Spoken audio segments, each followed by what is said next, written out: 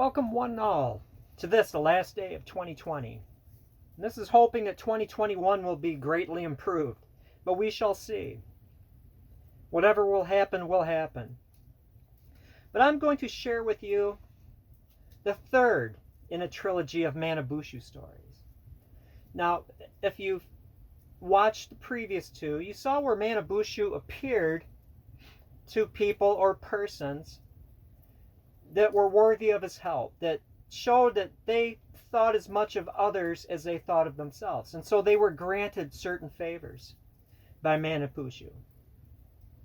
However, it doesn't always go off like that. And this is going to be one of those stories to balance it, the yin, the yang of Manaboosho.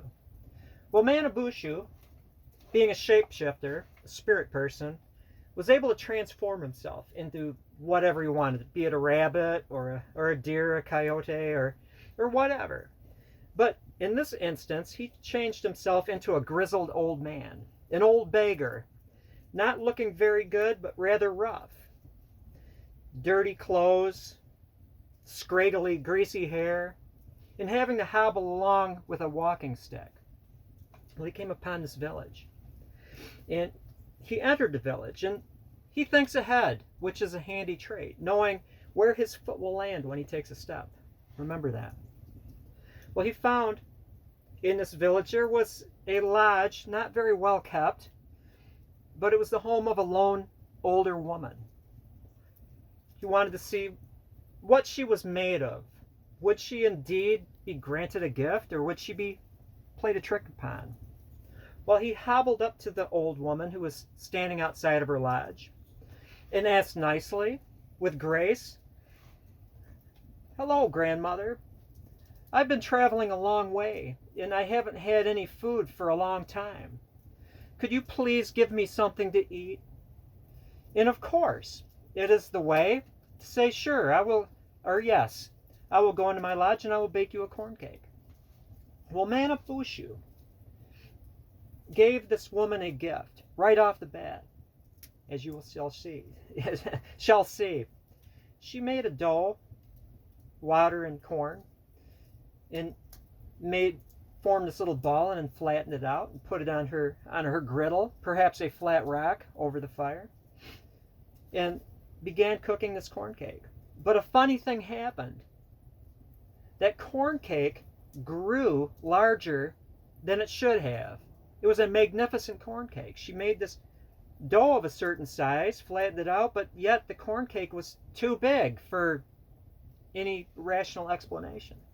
Well, of course, she looked at the corn cake, and instead of presenting it to Manaboosho, instead yelled at him, who was outside, "I'm sorry, I burnt this corn cake. I'll make you another one." And she laid it aside for herself. So this time she made a smaller ball of cornmeal, patted into a flat cake, and put it on her griddle again, began cooking it. Something strange happened. This one grew to even a larger size than the first one. She had the gift to make giant corn cakes, to stretch her meager rations. Well, again she yelled out the door, "I'm sorry, this one burned too. I'm going to have to try again." And so this time she made just a little pea-sized ball of dough, flattened it out, just having to use her finger and her thumb, put it on the griddle. And instead of staying small, this one became bigger than the other two. Well, by now, she's going to be a rich woman. She can take a little bit of corn and make giant cakes, and she can have more than anybody else. She yelled out the door, "Go away! I don't have time for beggars. Get out of here." Well, Manaboosho had given her the gift to create bigger corn cakes than she should be able to make. She would be set. But instead she was greedy and wanted all those corn cakes to herself. Well, she stepped out the door thinking Manaboosho had left, but he wasn't. He was just standing there glaring at her with this slick little smile. The one that can reward good people and can play tricks on greedy people.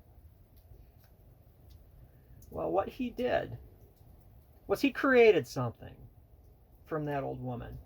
He took her black cloak that she had wrapped around her frail old body and turned it into a cloak of shiny black, beautiful feathers.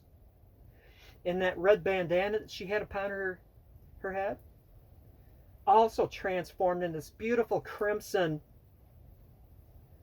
grouping of feathers. And he shrunk her down to the size of a bird, exactly the size of a woodpecker. And that's where woodpeckers came from. That greedy old woman. Well, it looks like the fire is dying down. I am now at a crossroads. I could go and do something useful, or I could just enjoy this last day in front of the fire. Because it does appear that for several weeks I'm going to be playing The Bachelor. My wife is in Austin, Texas, visiting her dad and her stepmom. So I'm left to my own devices. As a side note, my wife has a very old cat. And you don't know what cat care is until you have to stuff a cat into a diaper. That is a good place to end this last video of 2020. Thank you for watching. And I wish you all good fortune and giant corn cakes.